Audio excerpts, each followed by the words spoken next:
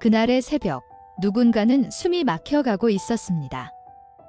입이 막히고 공기가 굳어가던 순간에도 그는 살아있었죠. 시멘트는 냉정했고 인간은 더 냉혹했어요. 아침 여러분, 다크한 나이트메어 출발합니다. 작은 댓글, 구독과 좋아요 해주셔서 감사합니다.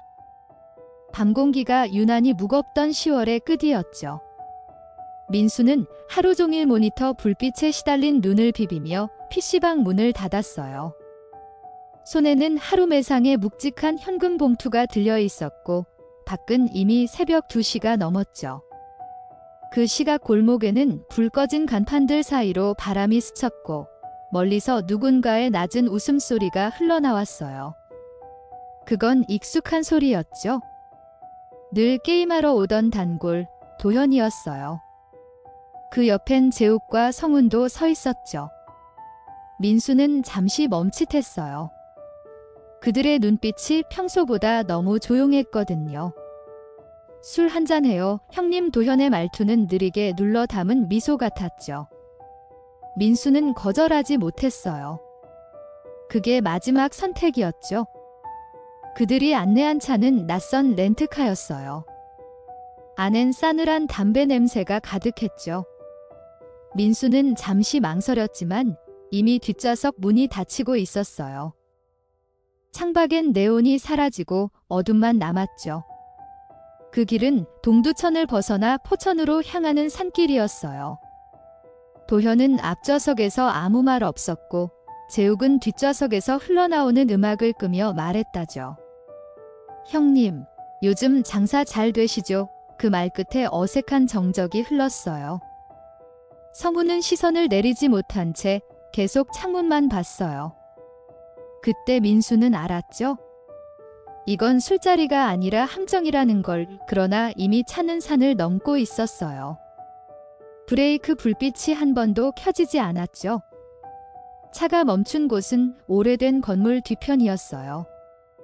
2층 주점. 간판엔 희미한 불빛만 남아 있었죠. 도현은 문을 밀며 말했다죠. 잠깐만 올라가요. 형님. 계단을 오르는 동안 민수의 신발 밑창이 끈적였어요. 문이 닫히는 순간 방 안은 싸늘했죠. 소파 위엔 이미 술병과 유리잔이 놓여 있었어요. 도현이 먼저 앉았고 재욱이 맞은편에 앉자 공기가 바뀌었죠. 말이 사라지고 시선만 남았어요. 그리고 갑자기 재욱의 오른발이 민수의 얼굴을 후려찼죠. 유리잔이 떨어졌고 그 소리가 신호였죠. 성훈은 떨리는 손으로 문을 닫았어요. 도현의 목소리가 낮게 갈라졌죠. 이제 시작이야. 민수의 입에서 흐른 피가 잔 위에 떨어졌죠. 도현은 아무 말 없이 담배를 꺼내 불을 붙였어요. 그 불빛이 잠깐 민수의 얼굴을 비췄죠. 눈가엔 공포보다 의문이 먼저 깃들었어요. 왜 나일까? 왜 하필 오늘일까? 재욱은 조용히 지갑을 빼앗고 안에 든 현금을 세고 있었어요. 형님, 이 정도면 괜찮잖아요. 그는 웃었죠. 그 웃음이 너무 평범해서 더 무서웠어요. 성훈은 벽 쪽에 서서 고개를 들지 못했죠. 그의 손끝이 떨리고 있었고 그 떨림이 방 안 공기를 더 날카롭게 갈랐어요. 도현은 천천히 고개를 돌리더니 민수의 턱을 손으로 쥐었어요. 현금은 이게 다예요. 낮고 건조한 목소리였죠. 민수는 대답 대신 숨만 몰아쉬었어요. 재욱은 구두로 민수의 옆구리를 찼어요.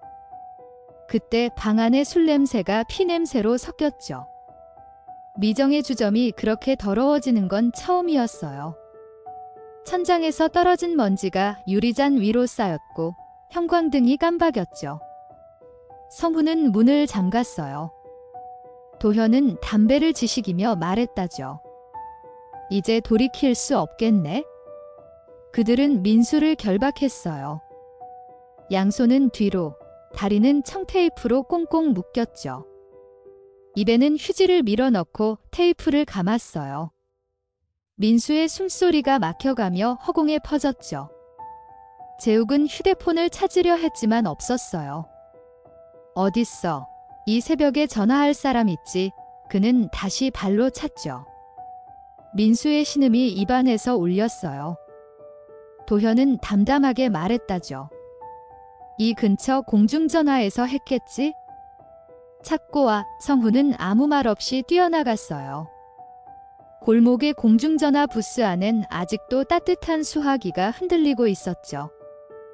성훈이 돌아왔을 때 방 안은 더 어두워졌어요. 도현은 민수의 휴대폰을 받아 잔고를 확인했죠. 그 화면에 찍힌 숫자는 그들에게 충분한 이유가 되었어요. 살려둘 이유가 없어 도현이 중얼거렸죠. 민수는 눈을 크게 떴어요. 그 눈빛은 애원이 아니라 현실을 깨달은 절망이었어요. 재욱이 고개를 돌렸죠. 잠시 망설임이 스쳤지만 곧 사라졌어요. 그들은 서로를 바라봤죠. 한 번의 고개 끄덕임이 사람의 생명을 결정했어요. 그건 이미 예고된 죽음이었죠. 도현은 방 한구석에 있던 이불을 잡아 들었어요. 덮어. 소리 나면 안 돼. 그의 손끝엔 아무 감정도 없었어요. 재욱은 청테이프를 더 감았죠. 민수의 머리는 온통 회색으로 변해갔어요. 숨이 막혀도 소리가 막혀도 눈동자만은 살아 있었어요. 그 눈이 도현을 바라봤죠. 순간 도현의 얼굴이 일그러졌어요. 눈이라도 가려 왜 그는 말했다죠. 재욱이 다시 테이프를 감으며 속삭였어요. 이건 형님 탓이에요. 방 안 공기가 눅눅하게 흐느꼈죠. 그들은 민수를 끌고 내려갔어요. 계단에 쇠난간이 부딪히는 소리가 밤 공기에 울렸죠. 트렁크가 열리고 어둠이 입을 벌렸어요. 민수의 몸이 반쯤 구겨진 채로 밀려 들어갔죠. 재욱은 손바닥을 털었어요. 끝났네요. 하지만 아무도 대답하지 않았어요. 도현은 트렁크를 닫고 잠시 그 위에 손을 올렸죠. 끝이 아니야. 그 말이 들리는 순간 성훈은 몸을 떨었어요. 차가 움직였고 산길의 그림자가 다시 삼켜졌죠. 렌트카의 트렁크 안은 숨소리조차 막혀 있었어요. 민수는 결박된 채로 몸을 뒤틀었죠. 그의 머리 위로 뚜렷한 고무 냄새가 퍼졌어요. 차는 덜컹거리며 산을 넘었어요. 그 진동이 심장을 두드렸죠. 재욱은 운전석 옆에서 말없이 창밖을 보며 담배를 물었어요. 도현은 뒷좌석 팔걸이에 손을 얹고 있었다죠. 성훈, 창문 열지 마. 냄새 새니까. 그 말 한마디에 성훈은 더 숨이 막혔어요. 밤은 길었고 차 안엔 오직 고요만 흐르고 있었죠. 도현이 차를 멈춘 곳은 양주시 남면 오래된 창고였어요. 폐건물 옆에는 불 꺼진 가로등이 쓰러져 있었죠. 도현은 창문을 열고 냉기 섞인 공기를 들이마셨죠. 여기야. 아무도 안 와에 재욱이 트렁크를 열었어요. 민수의 몸이 어둠 속으로 드러났죠. 청테이프 사이로 눈이 반쯤 떠 있었어요. 아직 살아 있었죠. 성훈은 뒷걸음질 쳤어요. 하지만 도현은 말했어요. 끝내자. 지금. 민수의 숨이 얕게 흔들릴 때 도현은 그 위에 이불을 덮었어요. 재욱이 몸 위로 올라탔고 무릎으로 눌렀죠. 발로, 어깨로, 다시 발로. 바닥이 울릴 만큼 힘을 주었죠. 왜 안 죽지? 재욱의 말에 도현은 숨을 내뱉었어요. 그럼 이렇게 해야지. 그는 판넬 위로 올라가 뛰어내렸어요. 발끝이 민수의 가슴을 짓눌렀죠. 소리가 났어요. 살아있는 몸이 마지막으로 낸 소리였죠. 성훈은 눈을 감았어요. 공기마저 식어갔죠? 모든 게 멈춘 뒤 방 안엔 냄새가 남았어요. 콘크리트 냄새, 피 냄새, 그리고 인간이 사라진 공기. 도현은 숨을 고르며 손목 시계를 봤어요. 새벽 4시였죠. 이제 준비하자. 그의 목소리는 평온했어요. 그는 창고 밖으로 나가 고물상 트럭을 불러왔어요. 재욱은 드럼통을 끌어왔고 성훈은 그 안을 비닐로 덮었죠. 아무도 말하지 않았어요. 그저 시멘트 봉지가 찢어지는 소리만 울렸어요. 죽음은 이미 굳어가기 시작했죠. 창고 안은 숨조차 눌려 있었어요. 드럼통이 철판 위에 덜컹거렸죠. 재욱은 곡괭이로 바닥을 쳐 시멘트를 고르게 폈어요. 도현은 주변을 정리하며 손목에 피를 닦았죠. 그의 얼굴엔 피로가 아닌 평온이 있었어요. 성훈은 구석에서 웅크린 채 무너져가는 눈빛으로 드럼통을 바라봤어요. 그 안에는 민수의 몸이 반쯤 접혀 있었죠. 청테이프 자국이 얼굴에 그대로 남아 있었고 숨은 아직 남아 있었어요. 그 미세한 흔들림을 아무도 보려 하지 않았죠. 물 부어 오 도현의 말 한마디에 재욱이 시멘트 포대를 열었어요. 흰 먼지가 날렸고 공기가 더 탁해졌죠. 성훈은 입을 막았어요. 드럼통 안으로 물과 시멘트가 섞이며 끈적한 소리가 퍼졌어요. 민수의 몸이 미세하게 움직였죠. 그것은 마지막 몸부림이었어요. 하지만 그 누구도 멈추지 않았어요. 도현은 담배를 문 채 시멘트가 굳어가는 걸 지켜봤죠. 시간은 느리게 흐르고 숨은 더 느리게 꺼져갔어요. 드럼통 위에 시멘트를 덮자 무게가 바닥을 울렸어요. 이제 끝이에요. 재욱의 말에 도현이 고개를 저었죠. 끝이 아니라 시작이지. 무게가 사람을 묻는 거야. 이 그의 말이 바닥에 스며들었어요. 그 순간 창고의 철문이 삐걱거렸어요. 바람이 들어오며 흙먼지를 일으켰죠. 민수의 마지막 숨이 그 먼지 속에 섞여 사라졌어요. 아무도 그 소리를 들으려 하지 않았죠. 오직 드럼통만이 그 비명을 품고 있었어요. 그날 새벽 도현은 트럭을 몰았어요. 트렁크 대신 드럼통이 실려 있었죠. 재욱은 뒷좌석에서 아무 말 없이 팔짱을 꼈어요. 성훈은 뒷창가로 달빛을 봤죠. 이거 들키면 다 끝이야. 재욱의 중얼거림에 도현은 담담했어요.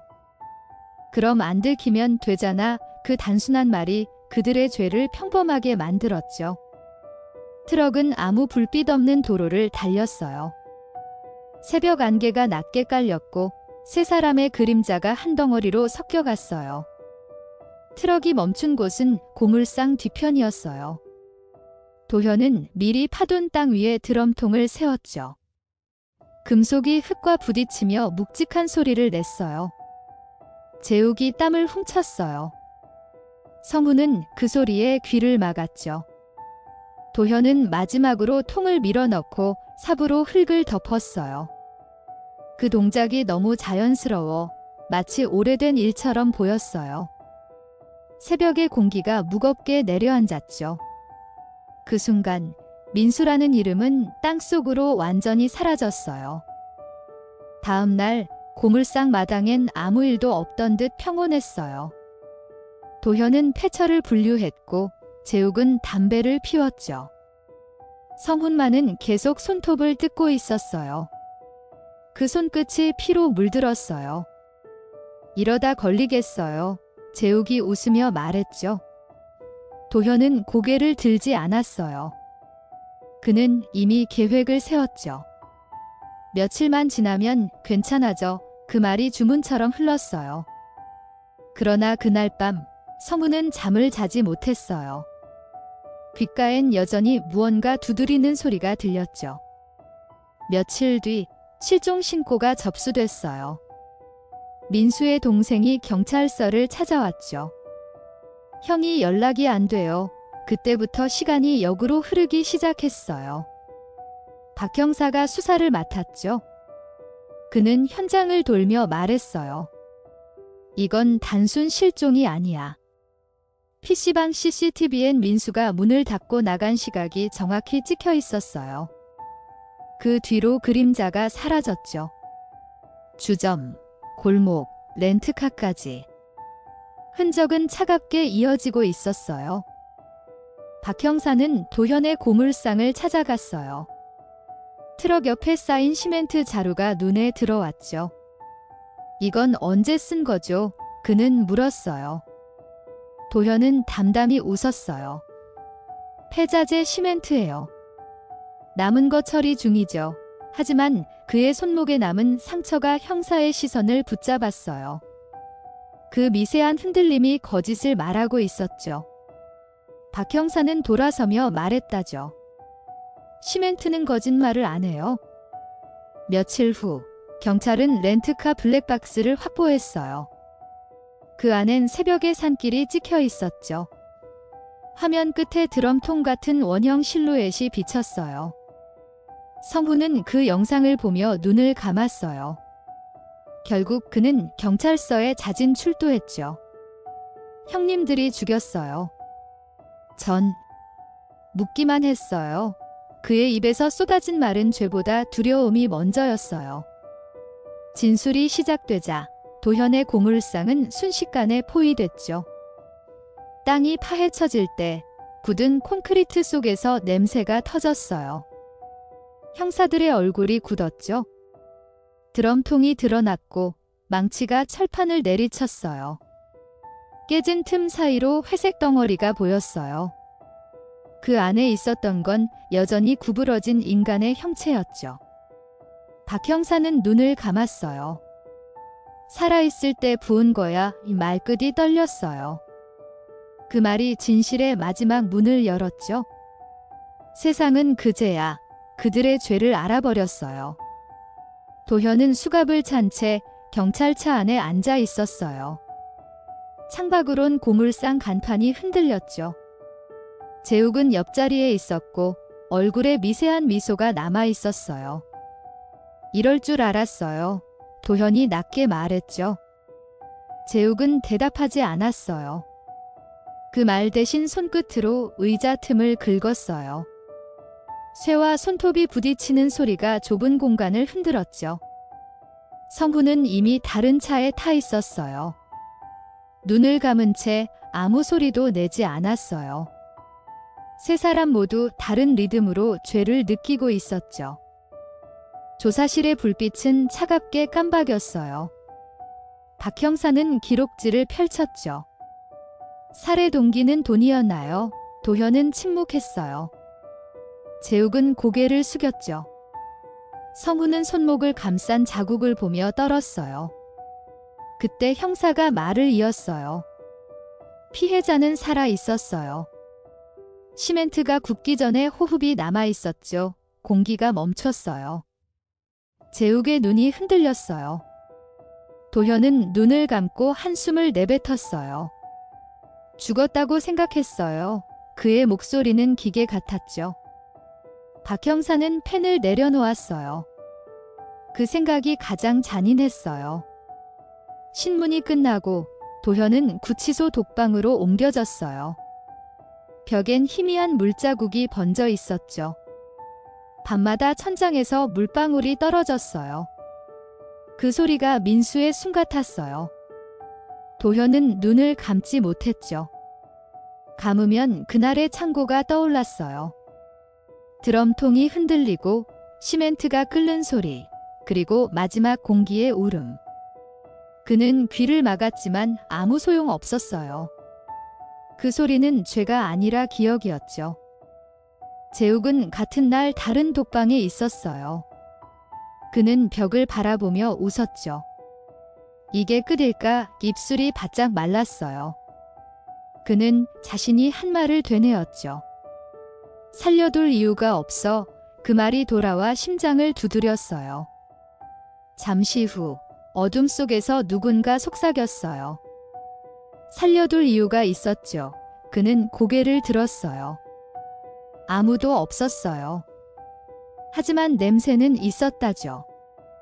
굳은 시멘트, 젖은 흙, 그리고 부패한 기억. 그 냄새가 그를 따라왔어요. 성우는 구속 후 병원으로 이송됐어요. 자해를 시도했죠. 그의 팔에는 붕대가 감겨 있었어요. 간호사가 수액을 꽂는 동안 그는 중얼거렸어요. 살아 있었어요.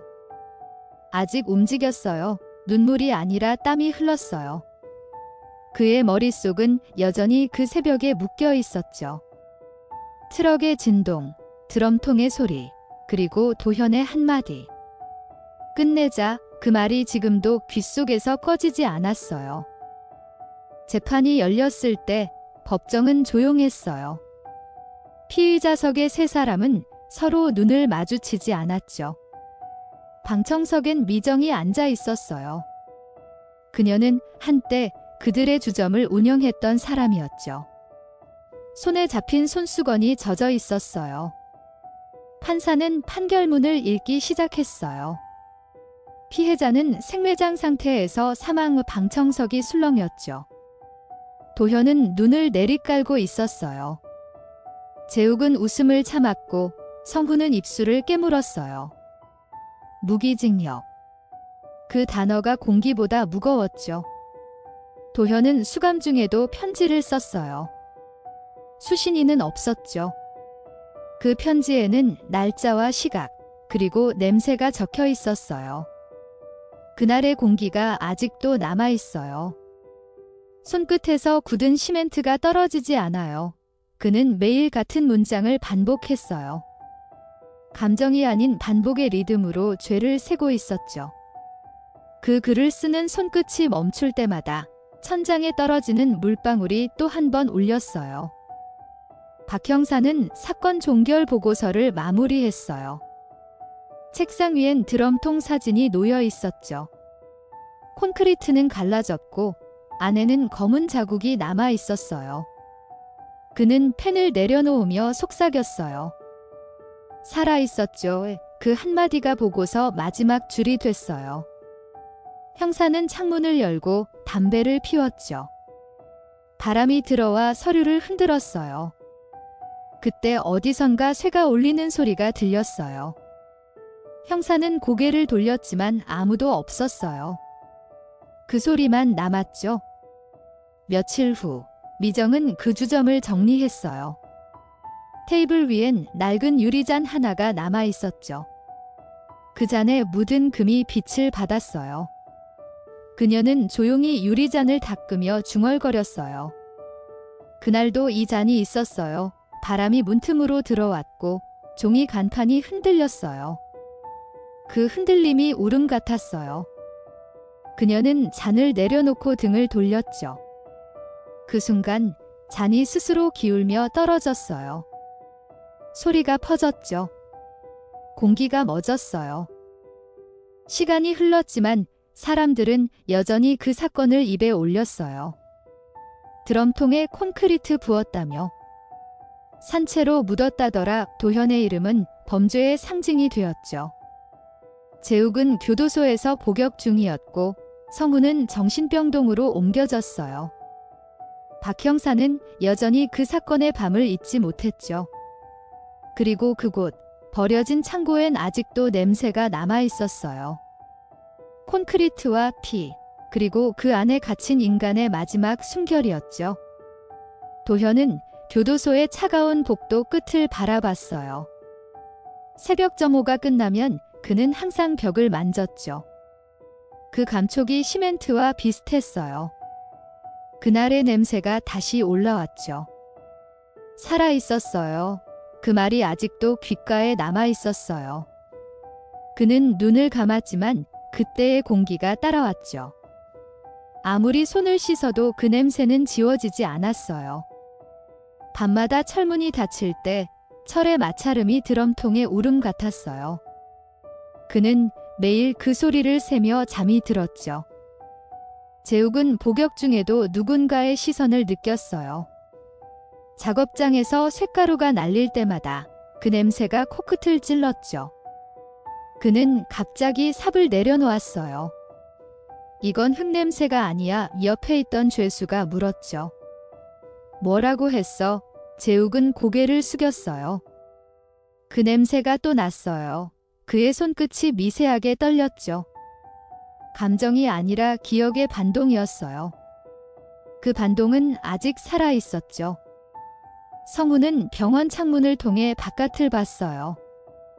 창문 틈 사이로 지나가는 구름이 느리게 흘렀죠. 의사는 진정제를 늘렸지만 그의 시선은 멈추지 않았어요. 그날도 이렇게 흐렸죠. 그는 중얼거렸어요. 아무도 듣지 않았지만 공기만이 대답했어요. 병실의 공기가 미세하게 흔들렸죠. 누군가 지나가는 발자국 소리가 들렸어요. 그는 고개를 돌렸어요. 아무도 없었어요. 하지만 어딘가에서 시멘트가 굳는 소리가 들렸죠. 박 형사는 퇴직을 앞두고 있었어요. 마지막 근무일, 그는 오래된 서류함을 열었죠. 그 안엔 동두천 사건이라 적힌 폴더가 있었어요. 손끝이 멈췄죠. 종이 위의 사진 속 드럼통이 다시 눈에 들어왔어요. 시간이 지나도 냄새는 남는구나. 그는 담배를 물었어요. 그 연기가 천천히 퍼졌죠. 그 연기 속에서 희미한 얼굴이 떠올랐어요. 공포보다 깊은 죄의 그림자였죠. 미정은 폐업한 주점 앞에 서 있었어요. 낡은 간판이 흔들렸고 안쪽은 먼지로 가득했어요. 그녀는 천천히 문을 열었어요. 공기가 변했죠? 오래된 술 냄새 대신 콘크리트 냄새가 섞여 있었어요. 그녀는 그 자리에서 멈췄어요. 그날 그 사람들도 여기에 있었죠. 눈물이 아닌 숨이 흔들렸어요. 그녀는 한 발자국 뒤로 물러났어요. 바닥에서 유리 조각이 부딪혀 소리를 냈어요. 그 소리가 너무 익숙했죠. 그 사건 이후 동네 사람들은 그 골목을 피해 다녔어요. 아이들은 밤마다 그곳을 지나가면 숨이 막힌다고 했어요. 골목 끝엔 여전히 닫힌 철문이 있었죠. 비가 내릴 때마다 흙이 젖어 냄새를 올렸어요. 사람들은 말했어요. 여기 묻은 자리가 있대. 누군가는 기도했고 누군가는 모른 척했어요. 하지만 공기는 기억하고 있었죠. 그 냄새가 살아 있었어요. 세월이 흘러도 그 기록은 사라지지 않았어요. 형사 기록, 신문, 그리고 사람들의 기억 속에 남았죠. 도현의 이름은 법정 문서 속에서만 존재했어요. 재욱의 얼굴은 뉴스에서만 떠돌았죠. 성우는 병원 기록에서 번호로 남았어요. 그들의 죄는 사람의 말로는 끝나지 않았어요. 시간이 흘러도 죄의 냄새는 바람에 남았죠. 그건 이침이 아니라 반복이었어요. 아범은 녹음을 정리하며 조용히 말했다죠. 사람은 잊으려 하지만 공간은 기억하죠. 그 목소리는 마이크를 통과해 공기를 흔들었어요. 그는 다시 말했다죠. 이건 단순한 살인이 아니었어요. 인간이 인간을 묻은 사건이었죠. 잠시 정적이 흘렀어요. 그 정적 속에서 청자는 숨을 고를 수밖에 없었죠. 그게 공포가 아니라 현실이었어요. 방송의 마지막 구간에 박 형사의 목소리가 삽입됐어요. 살아있는 채로 묻힌 자, 그것을 지켜본 자, 그리고 그 사실을 덮은 공기. 모두 죄가 있죠. 그의 음성은 낮았어요. 그러나 울림은 깊었어요. 배경의 잔향이 서서히 꺼지며 공기가 멎었어요. 그리고 아범의 목소리가 따라왔어요. 이야기는 끝났지만 경고는 남았어요. 새벽의 공기가 고요했어요. 녹음실 불빛이 꺼지고 창밖엔 희미한 빗줄기가 내렸어요. 그 빗방울이 유리창을 두드렸죠.